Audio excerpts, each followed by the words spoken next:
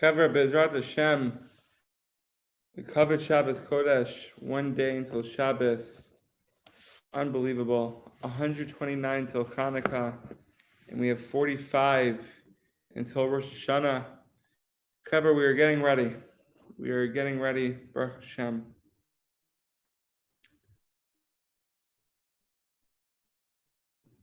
Atfilah b'Shem Kol Yisrael. For Pesach, Reuven ben Yosef Asar Bracha Bas Yehudis. Miriam Doda Bas Chanu Chabed Yonah Bas Basa Ashir Bas Basa Sanai Reuven ben Mani in every Neshama and Klal Yisrael. God of mercy, help us fight and control our appetites and our negative thoughts and feelings. Help us break our craving for material wealth. Let us be content with the portion you have given us. Hashem, let us overcome the urge to get rich and help us stop chasing after unnecessary extravagances and dishonest gains. Whatever we have to do in the way of work or business in order to earn a living, let us do it in holiness and purity for the sake of your God, for your great name. Help us be honest in business. Let us make fixed times for Torah study, and let us give the Torah pride of place in our lives, with work and business secondary. Don't let us be preoccupied with business worries. Yisroel Hashem, that's a big one. And Chavra, Baruch Hashem, we accomplished the halachos of mezuzah, and we shall be zocheh to return to those halachos. We're moving on to Siman Yud Beis. You bet. Let's go right into it. We're going to be talking about the preparations of the body for prayer in the proper places where one should pray, or where one may pray. So let's get right into it. Chelik Aleph. So it is written in Amos, prepare to meet your God, O Yisroel.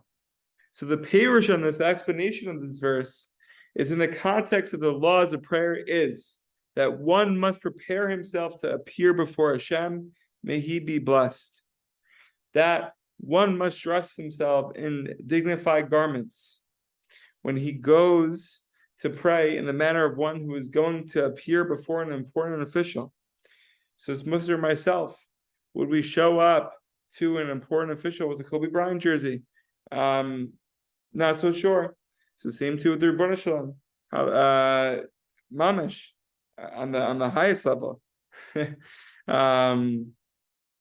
We should not be wearing Kobe Bryant jerseys. I should not be wearing Kobe Bryant jerseys, even if he's praying alone in his home, right? So all of us experience COVID and not being in shul. So even if we're at home, he must dress himself appropriately. So it says here, one must follow the socially accepted code of dress for greeting a dignitary. Some examples of inappropriate dress include going bareheaded or barefoot, wearing a bathrobe, pajamas, or gloves, or having any normally covered part of the body uncovered. And we should see this Shulchan Aruch further in the Mishnah Berurah. And in places where the custom is to always wear a belt, it is forbidden to pray until one has girded himself with a belt. And it says here in the footnote, however, if one did pray without a belt, the prayer is still valid, according to the Mishnah Berurah.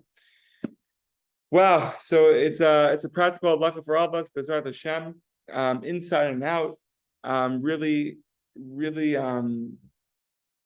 being aware of the way we're dressed, mamish, and at least for me, like I feel it sometimes. I feel if I show up to davening not dressed the way I should be or whatnot. And I'm sure a lot of us do feel it as well. So let's just be more aware, and let's understand the significance of literally meeting and praying to our Creator, Master of the world, B'ezrat Hashem.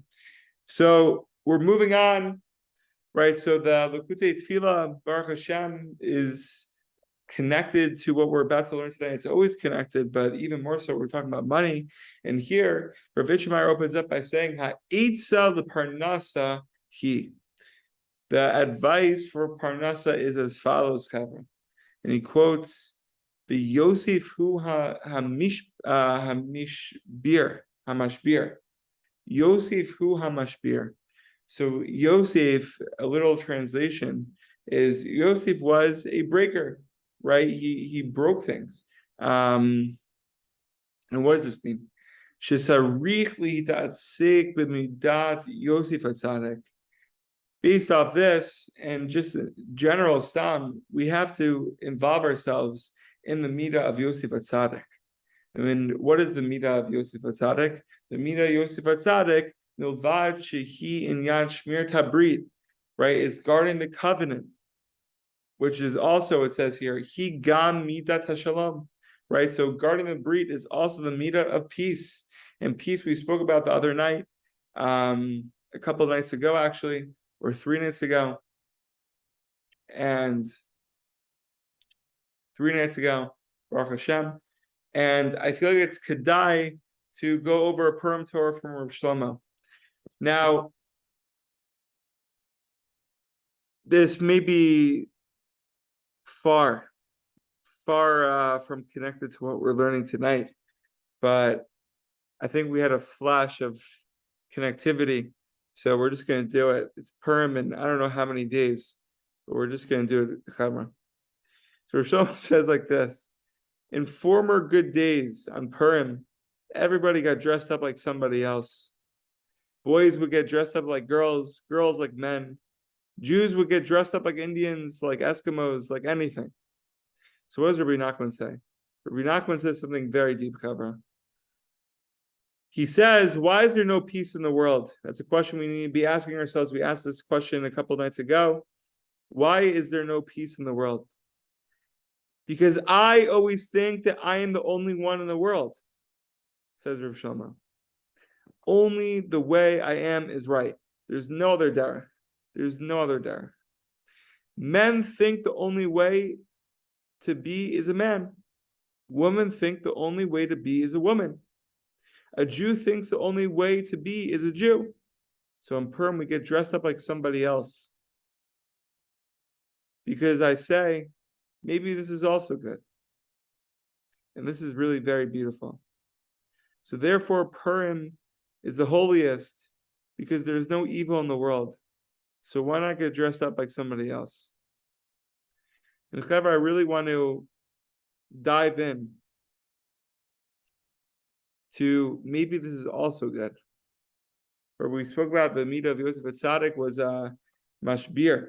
He was a breaker. And it also says that the midah of Shmir Sabris, which was Yosef HaTzadik, is also the midah of Shalom, which is peace. So the question is, why is there no peace in the world? Gewalt. We all have a covenant with the Ribono Shel Olam that we need to guard. But by guard, and maybe this is why Purim is so connected, because Purim is a time when we're understanding that there's no layers anymore. There's no layers. The covenant I have with God is so intimate and is so special, but we also know that another person, another Yid, has that covenant with the Ribono Shel Olam as well. And by knowing that, we're mamish emulating God. We're mamish trying to emulate God. The same way that God, I don't even know how to just put this into words, but always judges favorably, right? Same too with us. We have to do that with other Yidden as well. And that's where the peace comes in. So Kitzer, I thought a little Purim Torah would cheer us up, would fire us up. And Baruch Hashem, Chavra, we're going into Shabbos. We should be able to guard the covenant between us and Ribono Shel Olam, which will then enable us to bring peace. It also is peace. And really try to be osek in the midah of Yosef Atzadik and Yosef Atzadik himself. And maybe another way is also good. Maybe a little bit is also good. Maybe another yidla is also good. However, we shouldn't be too quick to write off a person, write off a type of derech to connectivity with the Ribono Shel Olam.